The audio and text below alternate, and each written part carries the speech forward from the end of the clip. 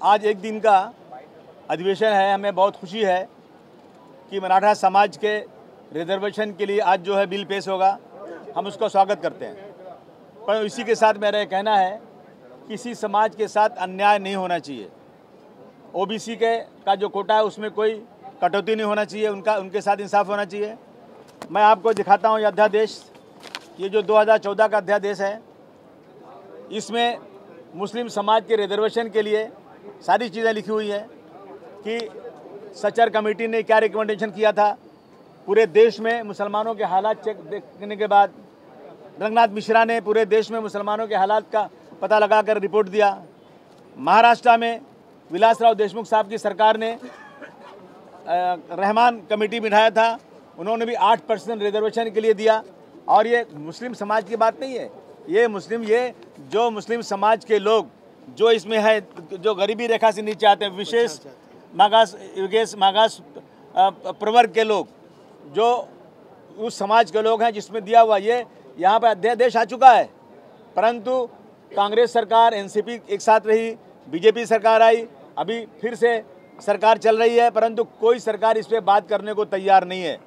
हमारी ये मांग है कि अगर भारतवर्ष को, महाराष्ट्र को अगर उन्नति करना है, डेवलपमेंट करना है, तो आप 15%, 20% लोगों को निगलेक्ट करके इस देश को आप कभी भी उन्नति की तरफ नहीं ले जा सकते।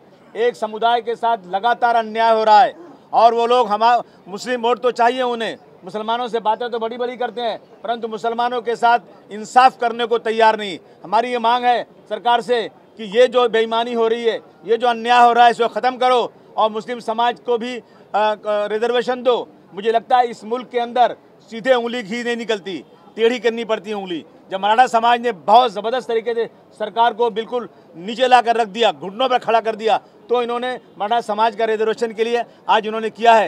लेकिन अगर ये मुसलमान करेगा तो गोलियां खाएगा, कितने हज़ारों मुसलमान गोलियों से भून दिए जाएंगे और जेल चले जाएंगे। आज आप देख रहे हैं कुछ लोग जाकर के मुस्लिम इलाके में मुसलमानों को गाली दे रहे हैं, मुसलमानों के साथ अन्याय कर रहे हैं। परंतु ये सरकार जो कहती है कि हमने भाषण सुना गवर्नर साहब का कि ये सरकार जो है बाबा साहब अम्बेडकर के वसूलों पर, छत्रपति शिवाजी महाराज के वसूलों पर चलती है। मैं समझता हूँ ये सरकार जो है ना, बाबा साहब अम्बेडकर और छत्रपति शिवाजी के पैरों के धूल के बराबर भी नहीं है। ये बिल्कुल इंसाफ नहीं करती, अन्याय करती है। मेरी मांग है कि मुसलमानों को भी रिजर्वेशन अनाउंस किया जाए, उनको रिजर्वेशन दिया जाए। ठीक है ना? आप कह रहे हैं कि मराठा आंदोलन जो है वो काफी संख्या में सरकार को मजबूर कर रही है बेसिकली, तो क्या आप मुस्लिम समाज को भी आह्वान करेंगे कि सड़कों पर उतरें? नहीं, मैं करूँगा तो बहुत मर जाएंगे, बहुत सारे जेल चले जाएंगे, क्योंकि यहाँ इंसाफ नहीं है। वो कत्ल भी करते हैं तो चर्चा नहीं होता, हम आह भी भरते हैं तो हो जाते हैं बदनाम। तो आपकी आवाज़ कैसे सुनी जाएगी? यह आवाज़ हम भारतवर्ष के संविधान के मुताबिक हम आंदोलन करेंगे और आवाज़ बुलंद करते रहेंगे। शायद बहरे लोगों को कभी हमारी आवाज़ सुनाई दे दे।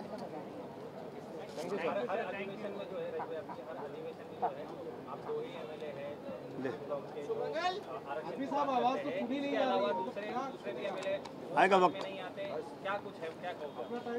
देखिए, समाजवादी पार्टी ने हमेशा रिजर्वेशन मुसलमानों को मिलना चाहिए, जाति के आधार पे मिलना चाहिए, मागासवर्गीय के आधार पे मिलना चाहिए, ये मांगनी की है।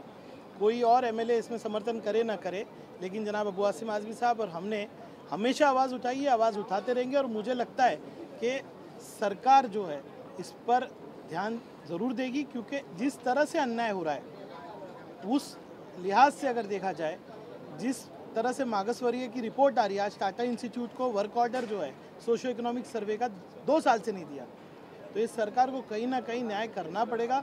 जैसे आज़मी साहब ने कहा कि डेमोक्रेटिक तरीके से जो है हम लोग अपना आंदोलन चालू रखेंगे, महाराष्ट्र में अपनी मांग को जिंदा रखेंगे। सुप्रीम कोर्ट जाएंगे क्या आप लोग इस मैटर को लेकर?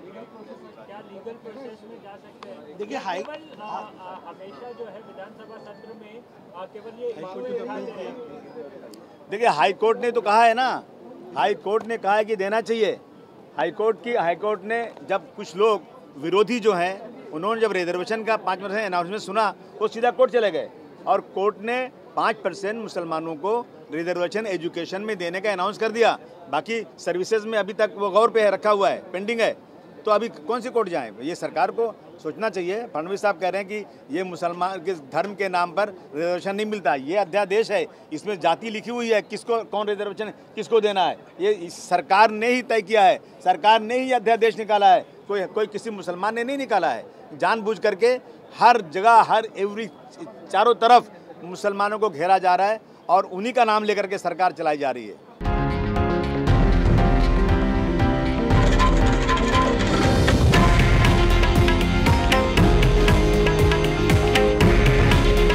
हे आहे देशातील नंबर 1 न्यूज नेटवर्क आणि आपण पाहत आहात TV9 मराठी।